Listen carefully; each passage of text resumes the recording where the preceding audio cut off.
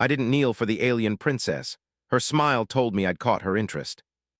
Captain Marcus Chen had seen many wonders since humanity joined the Galactic Concordat 3 centuries ago, but nothing quite prepared him for the sheer magnificence of the Velkari Imperial warship Eternal Dominance. The reception hall stretched nearly half a kilometer in every direction, its crystalline walls pulsing with bioluminescent patterns that told the story of 1,000 conquered worlds. Delegates from across the galaxy stood in carefully arranged clusters, their various forms creating a living tapestry of the Concordat's diversity. The insectoid Thraxi clicked their mandibles nervously while the gaseous lumini floated in their containment spheres, their colors shifting with apparent anxiety. Marcus stood with the human delegation near the back of the hall, his dress uniform feeling uncomfortably tight around his collar. Ambassador Patricia Wang stood beside him, reviewing her tablet for the 1,000th time that morning. She was a veteran diplomat who had negotiated trade agreements with 17 different species, but even she couldn't hide the tension in her shoulders. "Remember, Captain," she whispered without looking up from her screen, "when Princess Lysara arrives, you follow the Velkari protocol exactly as we practiced. 3 steps forward, both knees to the ground, head bowed until she acknowledges you." The Velkari take their traditions very seriously, and any deviation could be seen as an insult to the entire empire. He had spent the past 3 weeks studying Velkari culture, not just the sanitized diplomatic briefings but the actual historical records. What he found fascinated him. The modern Velkari Empire was built on rigid hierarchy and absolute protocol, but their ancient texts told a different story. The old Velkari warriors valued something they called korathnal, which roughly translated to spine-standing courage, or the bravery to face a superior opponent without cowering. Somewhere over their long history of conquest, that warrior ethos had been replaced with ceremonial submission. The thought had barely crossed his mind when a sound like distant thunder rolled through the hall. Every delegate immediately straightened, and conversations died mid-sentence. The massive doors at the far end of the chamber began to open, each panel sliding apart with perfect synchronization. A formation of Velkari royal guards marched through, their 4 arms moving in precise unison, their chitinous armor gleaming like polished obsidian. Each guard stood nearly 3 meters tall, their elongated heads crowned with elaborate crests that denoted their rank and house affiliation. Behind them came the court officials, the record keepers, the cultural advisors, all the elaborate machinery of imperial bureaucracy. And then, finally, Princess Lysara Velthorn herself entered the hall. Marcus had seen images of her, of course. Every human in the Concordat knew what she looked like. The holovids didn't do her justice.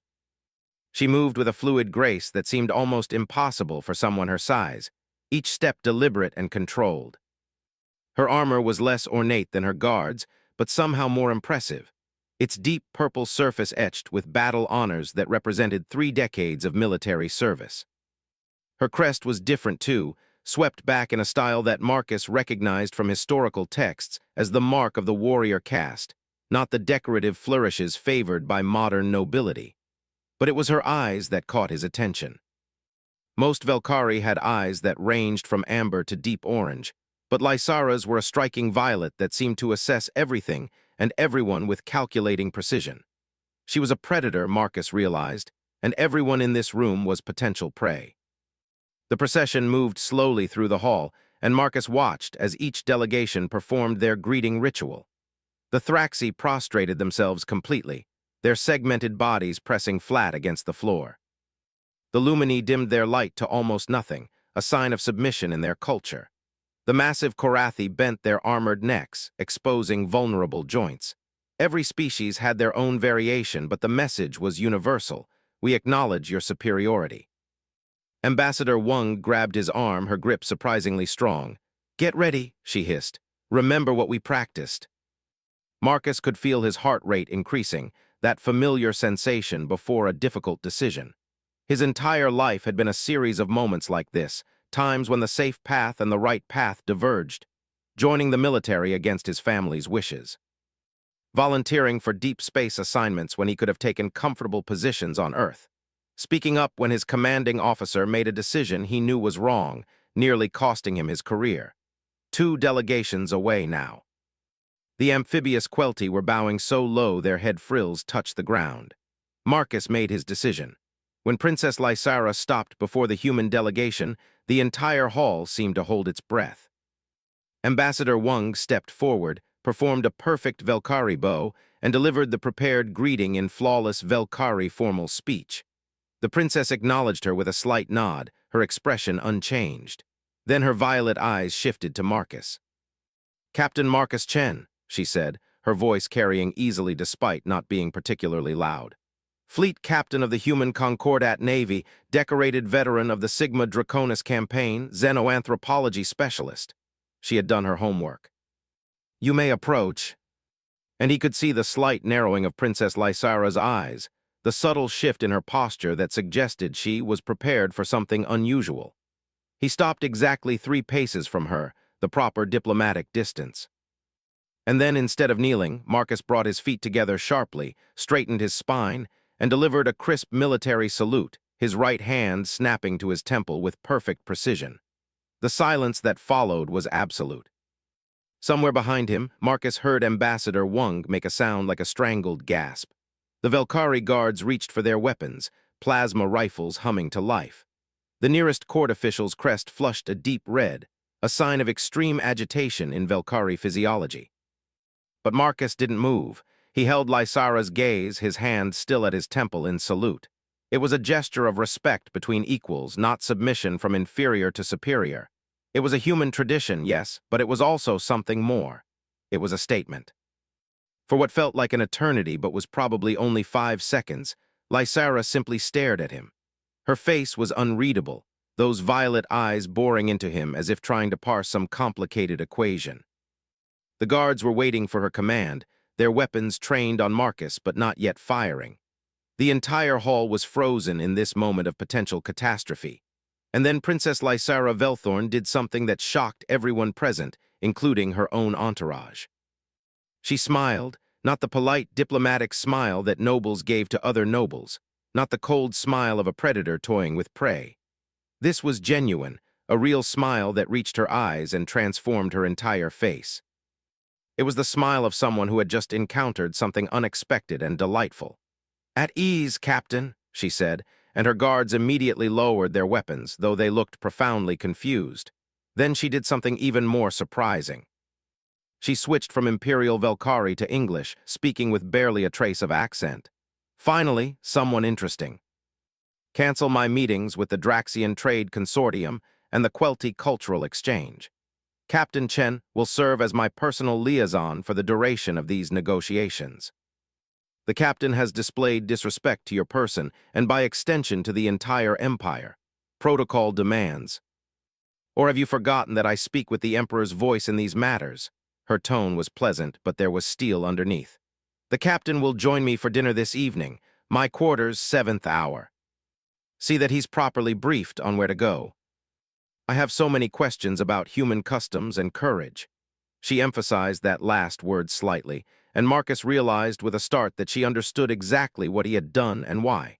Then she moved on to the next delegation, leaving chaos in her wake. The moment she was out of earshot, Ambassador Wang spun on Marcus with fury in her eyes. "What were you thinking?" she demanded in a harsh whisper.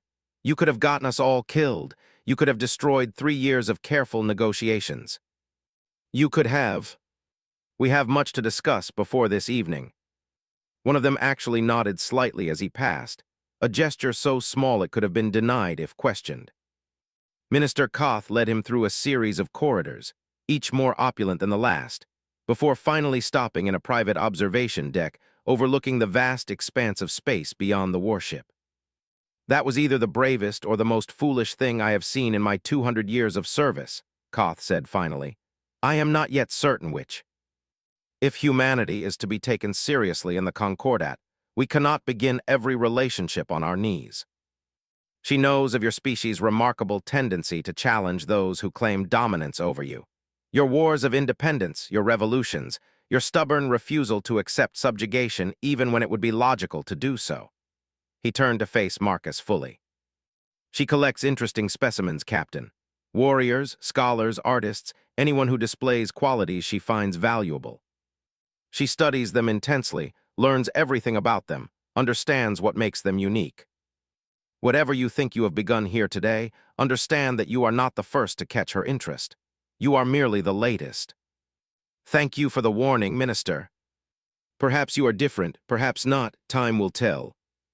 He had just gambled humanity's future on a moment of instinct, on a smile that might mean everything or nothing. And now he was committed to a game whose rules he didn't fully understand, playing against an opponent who had centuries of experience. But as he stood there, he thought about that smile again, and something told him that perhaps Princess Lysara Velthorn was tired of playing games where she already knew the outcome.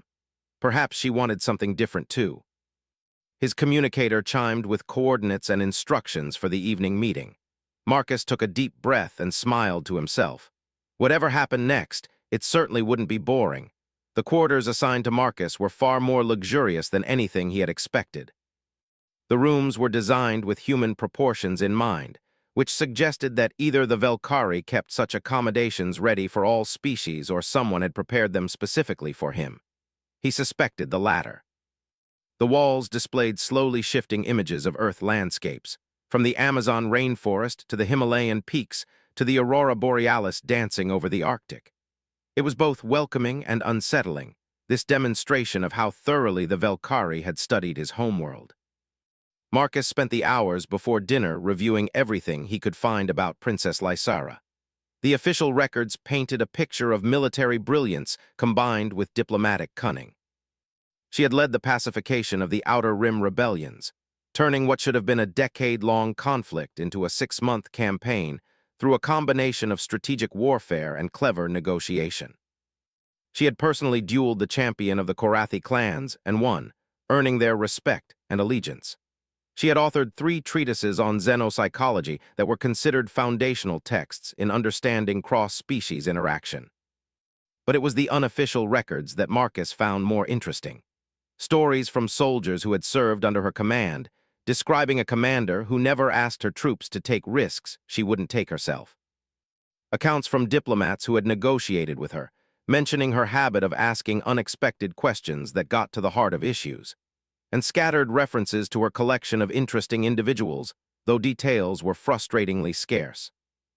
When the 7th hour arrived, Marcus made his way through the warship's corridors following the coordinates he had been given. The guards he passed watched him with open curiosity, and he caught fragments of whispered conversations in Velkhari that his translator rendered as variations of the human who didn't kneel and the princess's new interest. The entrance to Lysara's personal quarters was guarded by 2 members of her elite guard, their armor bearing the violet and gold colors of the royal house. They scanned him thoroughly before allowing him to pass, and Marcus noted that they didn't take his sidearm. Either they were confident they could neutralize him if necessary, or Lysara had specifically ordered them to let him remain armed. He wasn't sure which possibility was more concerning. The interior of her quarters was surprisingly austere. Marcus had expected opulence, the kind of excessive decoration that marked most royal residences, but instead he found something closer to a military officer's personal space. Yes, the materials were expensive and the craftsmanship exquisite, but the overall aesthetic was functional. Weapons displays lined one wall, showing artifacts from dozens of different species. Another wall held what appeared to be an extensive library of physical books, an almost archaic touch in an age of digital everything. Lysara stood near a large viewport, her back to him, still wearing her armor though she had removed the more ceremonial elements. Without turning, she said, "Thank you for being punctual, Captain. Humans have a reputation for casual attitudes toward time, but I see you are an exception. Being late is considered disrespectful. And yet you had no problem disrespecting me in front of the entire Concordat delegation this morning. I was acknowledging your rank and accomplishments as a fellow officer. Do you know what my advisors wanted me to do? They suggested I should have you executed publicly as an example, to show that humanity cannot be allowed to flout our traditions without consequences. Do you know why? You have no natural advantages. You're not particularly strong compared to species like the Korathi. You're not as intelligent as the Cerebrants. You don't have the Thraxes' hive coordination or the Lumines' energy manipulation. By all logical assessments, your species should have remained confined to your home system, struggling to survive. In 3 centuries, you've established colonies on 40 worlds. You've integrated into every major sector of Concordat space. Your technology advances at a rate that makes other species nervous. Your cultural influence spreads like a virus, infecting other civilizations with your music, your stories, your strange customs. She handed him one of the glasses. How? The fact that she expected him to drink it without question was itself a test. He took a sip. It tasted like starlight and electricity if such things had flavor. Adaptability, he said. Humans are very good at changing to fit new circumstances. Let's eat while we talk. Lysara asked him questions about Earth, about his childhood in Beijing, about his decision to join the military. Her questions were probing but not invasive, and Marcus found himself answering more honestly than he had intended. My parents wanted me to be an engineer, he admitted. They said the military was for people who couldn't think of anything better to do with their lives, but I wanted to see the stars. I wanted to be part of something bigger than myself. Seen the stars, I mean. They tell you that you'll be a great warrior, an explorer of the cosmos, and then you spend most of your time in conference rooms arguing about trade agreements and territorial boundaries. She was still clearly dangerous, still obviously brilliant, but there was something almost lonely about her. She spoke of her siblings with clinical detachment, describing them as political rivals rather than family. She mentioned her father, the emperor, only in the context of his policies and decisions, never as a parent. After the meal, Lysara led him to the weapons display. Tell me about this, she said, pointing to a human combat knife. Why do your soldiers still carry bladed weapons when you have plasma rifles and particle beams? Because sometimes you need something that won't fail. Energy weapons can malfunction, run out of charge, or be disabled by electromagnetic pulses. A knife is always a knife. It requires you to be close to your enemy, to look them in the eye. I'm curious to see if your practical approach to combat matches your unconventional approach to diplomacy. She removed the outer layer of her armor with practiced efficiency, revealing a lean, muscular form beneath. Her 4 arms moved independently, each one stretching and flexing in preparation. Marcus removed his jacket and rolled up his sleeves. I should warn you, Your Highness, I'm not a champion fighter, just a soldier with decent training. She was fast, incredibly fast, and her 4 arms gave her an overwhelming advantage in terms of attack vectors. Within seconds, Marcus was on the defensive, blocking and dodging as she pressed her advantage. But Marcus had fought in zero-gravity environments against pirates who didn't follow any rules. He had trained in mixed martial arts on Earth, learning to use an opponent's strength against them.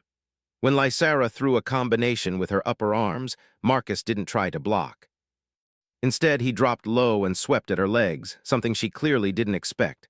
She stumbled but recovered with acrobatic grace, and Marcus saw approval flash in her eyes. The pace of the fight changed. She stopped treating him like a fragile inferior and started fighting like he was an actual opponent. Marcus couldn't match her in strength or speed, but he could be unpredictable. He mixed techniques from different Earth martial arts, threw in moves he had learned from alien species, and adapted on the fly. He still lost, of course. She eventually caught him in a hold that he couldn't escape, 2 of her arms controlling his while the other 2 could have delivered killing blows. But he had lasted longer than she expected, and he had actually tagged her twice, strikes that would have been significant in a real fight. When she released him, both of them were breathing heavily. You fight dirty, she said, and it sounded like a compliment. I fight to survive, Marcus replied, rubbing his shoulder where she had locked the joint. Fair fights are for people who can afford to lose. I learned it from losing a lot of fights when I was younger. About how I study people and then discard them. I took that lesson and applied it to individuals. If I can understand what makes someone unique, I can predict them. And if I can predict them, they cease to be interesting. Lonely. You're more perceptive than I expected, Captain. It would mean protection, access to advanced technology, preferential trade agreements. All you would have to do is acknowledge Velkari supremacy and accept certain restrictions on your military expansion and political autonomy. In other words, become subjects of the Empire while pretending it's a partnership. Essentially, yes. Marcus stood and walked to the Viewport looking out at the stars. My ancestors fought wars against that kind of arrangement. On Earth, we called it colonialism. Powerful nations would offer protection and civilization to less developed peoples, and all they had to do was give up their freedom and resources. It never ended well. It has brought stability to thousands of worlds, ended countless wars, and raised dozens of species to heights they never could have achieved on their own. The Thraxi were genociding themselves in hive wars before we intervened. The Quelti were dying from pollution they couldn't control. The Draxians were one solar flare away from extinction because they refused to develop space travel. We saved them all. Or fail on our own terms, at least then it's ours. To use whatever methods necessary to bring humanity into compliance. They'll paint humanity as dangerous upstarts who threaten Concordat stability. She looked at him. But I'm not going to try to convince you. If humanity begins its relationship with the Empire on its knees, it will never stand as equals, and I think the galaxy needs more species who know how to stand. She paused. There's another matter, a human colony on the frontier, a place called Threshold Station. 3 weeks ago it went silent. We sent investigation teams. 2 Velkari military units, elite troops. Neither returned. All we received were garbled transmissions about something that couldn't be fought with conventional tactics. How many colonists? If you come with me, if we solve this together, I'll support humanity's bid for equal status in the Concordat. Not client species, full partners. Do we have an agreement, Captain Chen? We have an agreement, Your Highness. Bring your dirty fighting techniques. I have a feeling we're going to need them. The journey to Threshold Station took 4 days through the void between major star systems, and Marcus used every moment to prepare. The ship Lysara commanded was smaller than the Eternal Dominance, a military vessel designed for rapid response rather than diplomatic grandeur.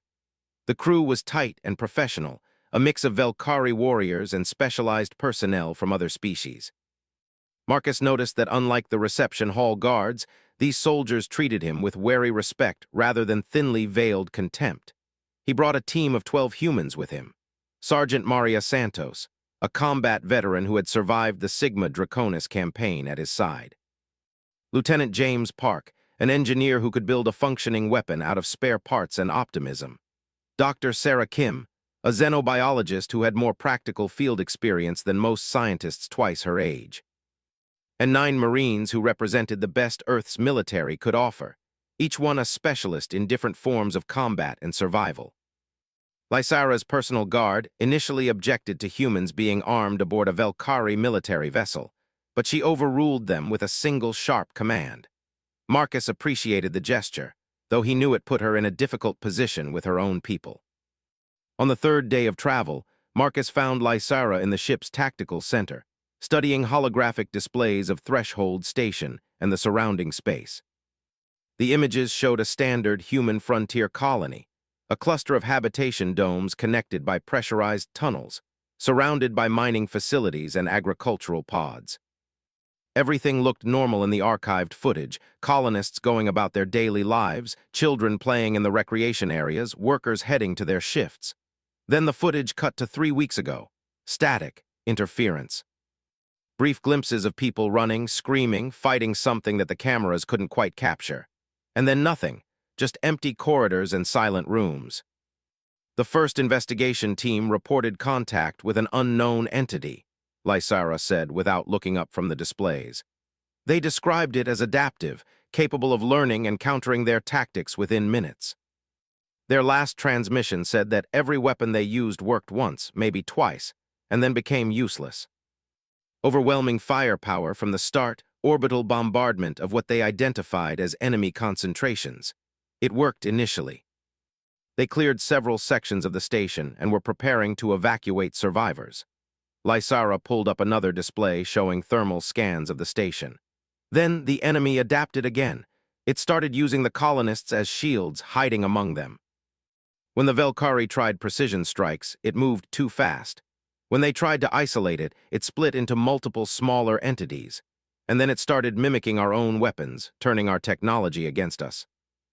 Not just tactics, but actual technological replication. But if the enemy adapts to our strategies, we lose our advantage. There were theoretical papers about such entities, organisms that could share information instantaneously across multiple nodes and reconfigure themselves based on environmental pressures. In theory, such an entity should be vulnerable to electromagnetic pulses, extreme heat, or quantum disruptors. In practice, it adapted to all three within hours. It was the same feeling he had experienced during the Sigma Draconis campaign when enemy forces had trapped his unit on a barren moon with limited supplies and no chance of reinforcement. The textbook solutions hadn't worked then either. What about the colonists? Any idea how many are still alive? This is more dangerous than I initially described. If you want to withdraw, I'll understand. We don't leave our own behind. The colony hung in orbit around a gas giant, its pale blue bulk dominating the viewport. The station itself looked intact from the outside, its lights still functioning, its solar arrays still collecting energy. It could have been any normal day except for the complete absence of communication and the debris field that had once been two Velkari military ships. Lysara assembled both teams in the deployment bay.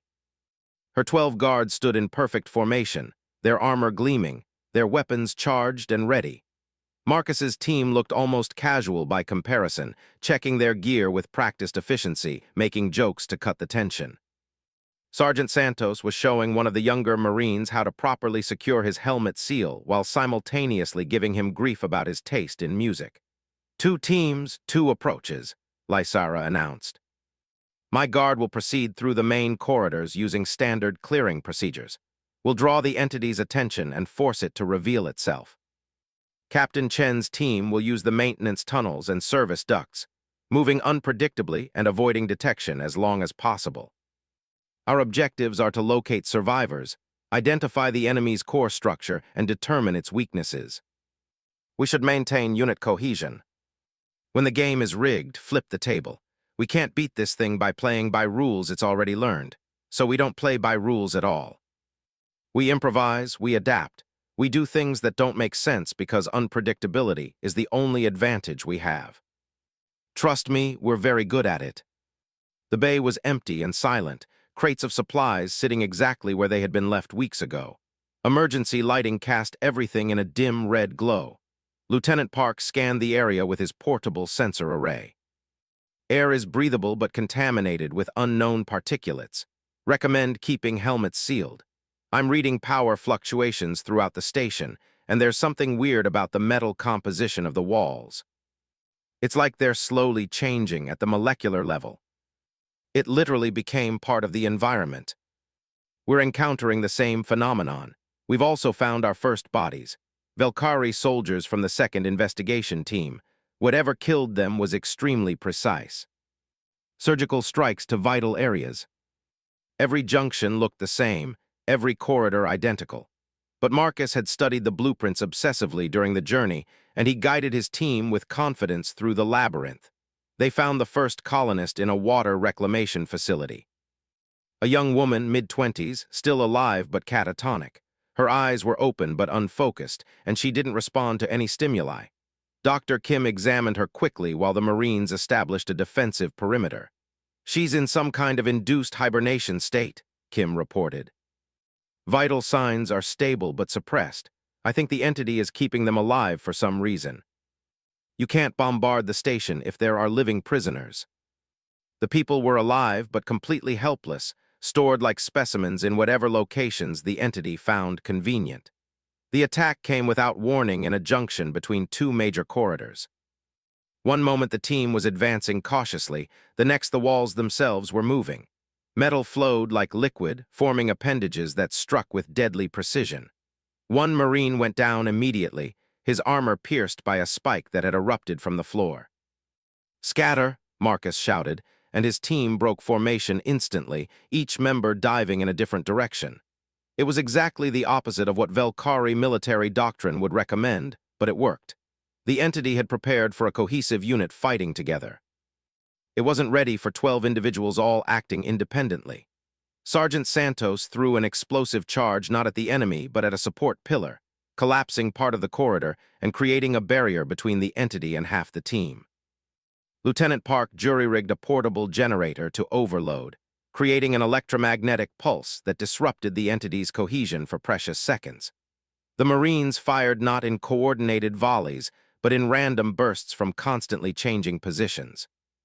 Marcus found himself face to face with a pseudopod of metallic flesh that struck like a spear. He dodged, but it adjusted mid-flight, adapting to his movement. So he did something the entity didn't expect. He grabbed it.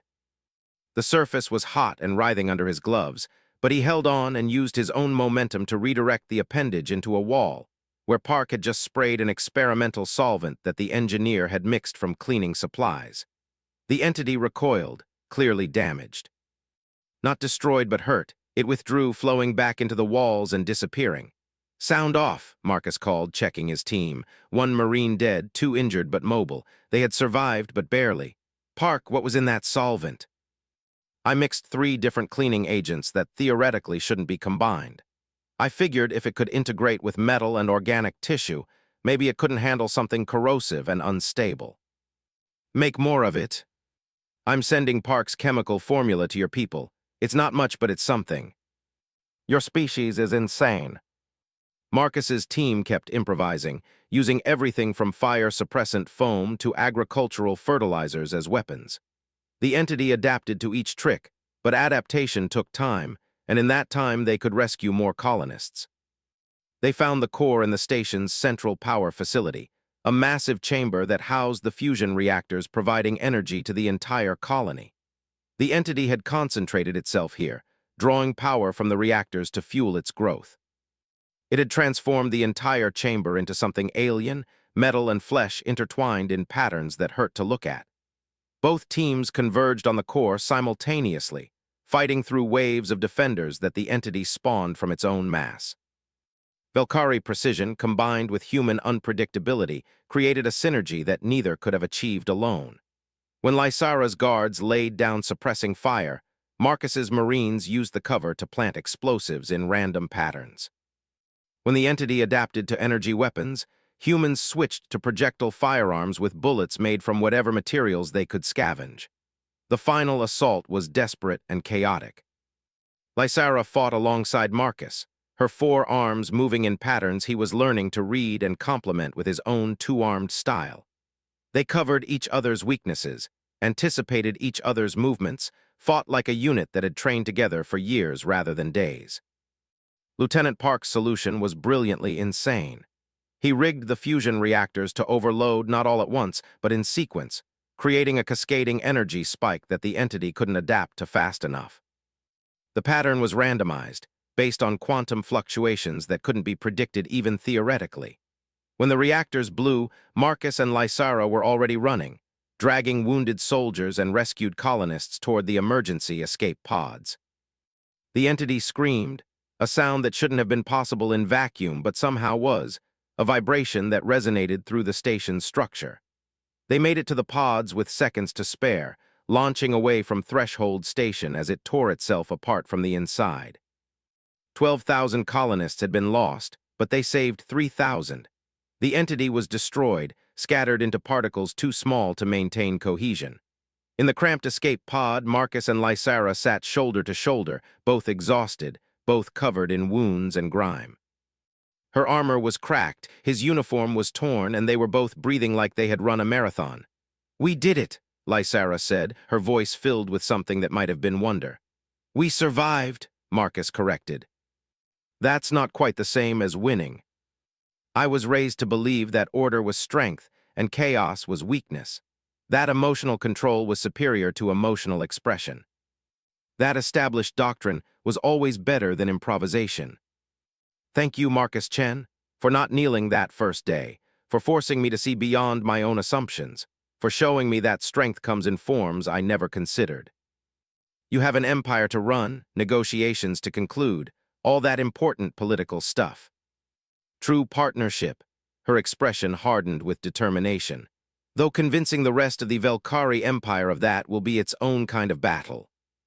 From the best teacher I've ever had, the return to Velkari space took 6 days, and those 6 days changed everything. News of what happened at Threshold Station spread through the Concordat like wildfire. The official reports were carefully worded and diplomatic, But the soldiers who survived told a different story. They spoke of Princess Lysara fighting shoulder to shoulder with human marines, of Velkhari guards learning improvised tactics from species they had previously dismissed as inferior, of an enemy that superior firepower couldn't defeat, but combined ingenuity had destroyed. Marcus spent those days in medical recovery alongside Lysara and the other wounded. The ship's medical bay became an unlikely meeting ground where species barriers broke down. Velkhari guards shared ration packs with human marines. Dr.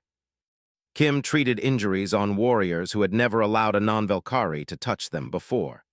Sergeant Santos taught a recovery exercise routine to Krath, who grudgingly admitted that human physical therapy techniques were more effective than he expected. But beneath the camaraderie, tension was building.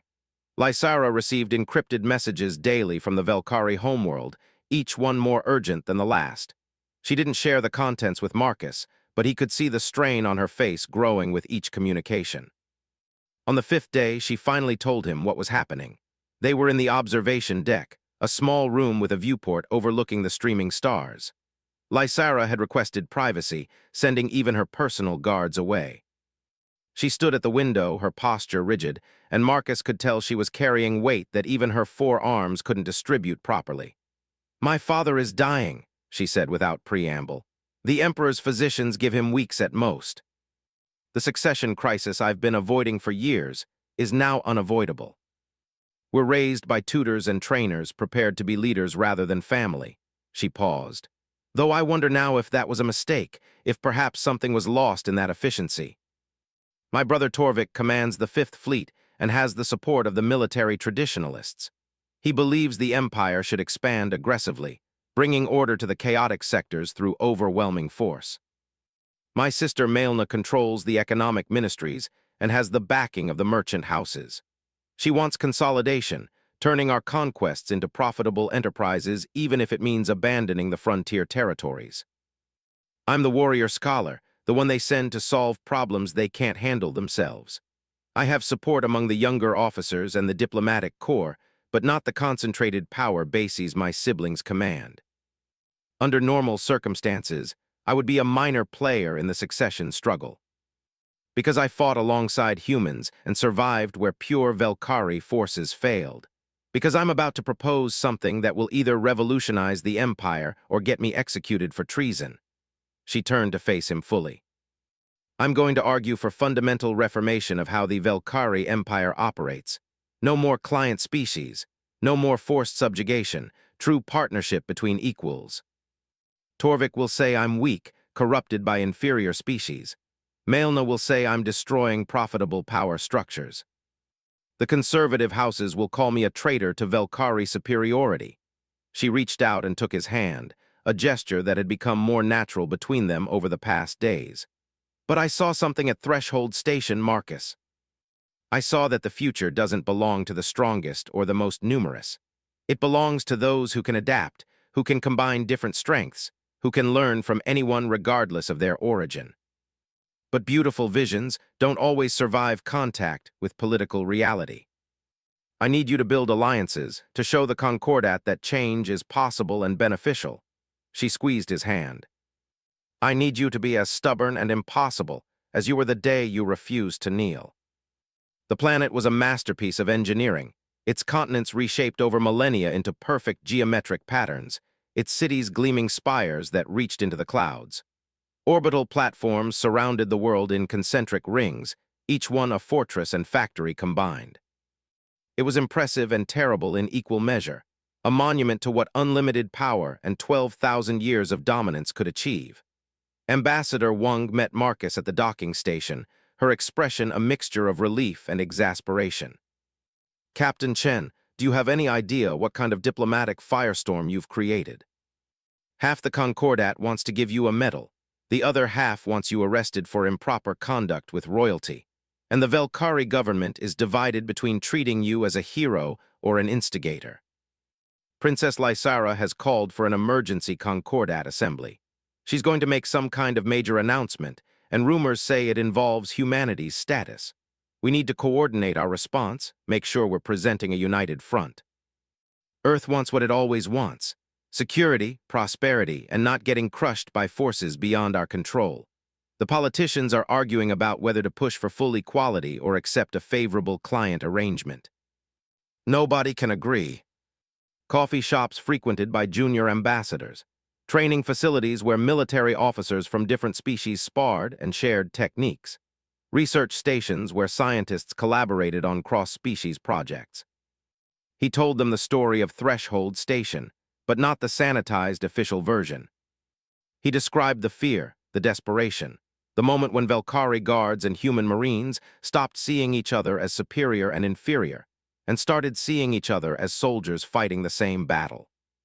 He talked about Lieutenant Park's insane chemical weapons and Sergeant Santos teaching Velkari warriors human curse words, and Dr. Kim saving lives without caring what species they belonged to. And everywhere he went, he asked a simple question: what if things could be different? Species who had been brought into the Concordat within the last few centuries, who still remembered independence even if they had never experienced it themselves. The Thraxi hive minds who were tired of being treated as useful but inferior. The Lumini energy beings who wanted recognition for their scientific contributions. The Korathi who respected strength but were beginning to question whether strength always meant domination. Marcus also discovered allies in unexpected places. Velkari officers who had served under Lysara and seen her leadership style evolve. Economic ministers who realized that true partnerships created more prosperity than exploitation. Even some members of the conservative houses who were pragmatic enough to recognize that the galaxy was changing whether the Empire adapted or not. On the morning of the Concordat assembly, Marcus received a private message from Lysara. Just 3 words: trust me. Please. The Velkari occupied the central platform, literally and symbolically at the center of the galaxy's political structure. The Emperor's throne sat empty, a stark reminder of the succession crisis. Torvik stood to the left of the throne, his military decorations gleaming, surrounded by admirals and generals. Maelna stood to the right, her economic advisors arrayed behind her like pieces on a game board. And Lysara stood directly before the throne, alone except for Marcus, who she had requested as her personal witness. The assembled delegates murmured at the irregularity. A human standing with Velkari royalty during a succession ceremony? It was unprecedented. The High Chancellor, an ancient Velkari whose crest was more white than purple, called the assembly to order. We gather in these difficult times to address the question of succession and the future of our empire. Princess Lysara has requested to speak first. The floor is yours, Your Highness. Members of the Concordat, I stand before you not as a princess claiming her birthright, but as a warrior who has learned hard lessons.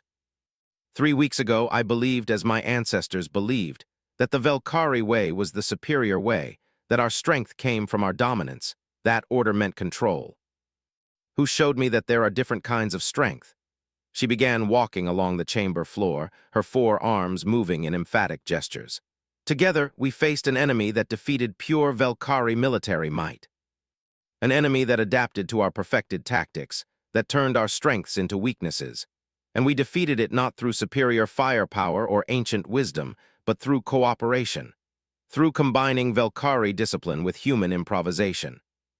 Through abandoning the idea that one way is always best.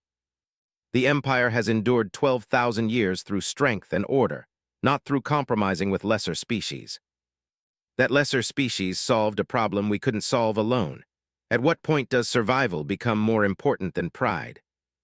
The economic structure of the Empire depends on clearly defined hierarchies. Client species accept their role because they receive protection and prosperity. Disrupting that arrangement creates instability. And perhaps instability is what we need. Perhaps we've been stable for so long that we've stopped growing, stopped adapting, stopped being anything except what we've always been. No more client species, no more enforced hierarchies, true partnership between all species based on mutual respect and cooperation. Yes, it will be difficult. Yes, it will be chaotic. But the alternative is an empire that becomes increasingly brittle until it shatters. The High Chancellor restored order with difficulty. Princess, such reformation would require constitutional changes that need majority approval from the Concordat. and more immediately, it requires someone with the authority to implement such changes. The question of succession remains. I propose that succession should go not to the strongest or richest, but to whoever can demonstrate the best vision for the future. And you believe your vision of weakness and compromise is superior to strength. Not just Velkari, but all species. If the galaxy wants the old ways, the path of dominance and control, then my brother can take the throne. If they want consolidation and profit above all, my sister is the obvious choice. But if they want change, if they want a future where every species has a voice, then I ask for your support. Succession has always been determined by Velkari alone. Torvik argued for tradition and strength. Maelna argued for stability and profit. But Lysara argued for hope, and she had Marcus standing beside her as living proof that her vision could work. When the vote was finally called, it was closer than anyone expected. The conservative houses split, some voting for tradition, others for pragmatic change. The client species voted overwhelmingly for Lysara. The independent powers hedged their bets. And humanity, given a voice in Velkari succession for the first time in history, voted unanimously for the princess who had fought beside their soldiers and respected their worth. Lysara won by a margin of 3%. The coronation happened immediately, as Velkari tradition demanded. But instead of the elaborate ceremony that usually marked such occasions, Lysara kept it simple. She accepted the crown, took the oath, and gave her first order as empress. Effective immediately, all client species arrangements are under review for reformation into partnership agreements. All species in the Concordat will have representation in imperial governance. And humanity, she looked directly at Marcus, is recognized as a full partner species with all rights and privileges thereof. Later, after the official ceremonies and the endless congratulations and the beginning of what would be years of difficult negotiations to make her promises reality, Marcus found Lysara on the same observation deck where they had first talked about succession. She was still wearing the crown, an elaborate thing of crystal and metal that must have weighed heavily on her head. But she was also smiling, that genuine smile that he had first seen when he refused to kneel. "You did it," Marcus said. "We did it," she corrected. "I couldn't have gotten here without you, without your stubborn refusal to accept how things have always been. Convincing thousands of species to trust each other, building something new from the ruins of old certainties." She moved closer to him. "I've been appointed Concordat ambassador. First assignment is teaching at the Velkari Military Academy. Apparently someone thinks young officers need to learn about questioning authority and improvising under pressure. Because I'm going to need your help, Marcus Chen. I'm going to need your human stubbornness and creativity and refusal to accept impossible situations. Are you asking me as an empress or as a friend? I'm asking as someone who has learned that the best decisions are made not from thrones, but from standing beside people you trust." She leaned forward until their foreheads touched. "Stay with me, help me build this new galaxy. And maybe, if you're willing, let's see where this partnership between us can go." And then he thought about the moment he decided not to kneel, the moment that had changed everything. "You know what?" he said. "I think the galaxy could use more troublemakers like us." Outside the viewport, the Velkari homeworld turned slowly beneath them, and beyond it the galaxy stretched infinite and full of possibility. The Empire was changing, the Concordat was evolving, and at the center of it all, a human and a Velkari stood together as equals. Marcus had refused to kneel, and in doing so, he had helped create a future where no one would have to kneel ever again. Where strength came not from domination, but from partnership, where different didn't mean lesser, where the only thing that mattered was the courage to stand tall and the wisdom to extend a hand to help others do the same. It was going to be difficult. It was going to be messy. But then again, the best things in life,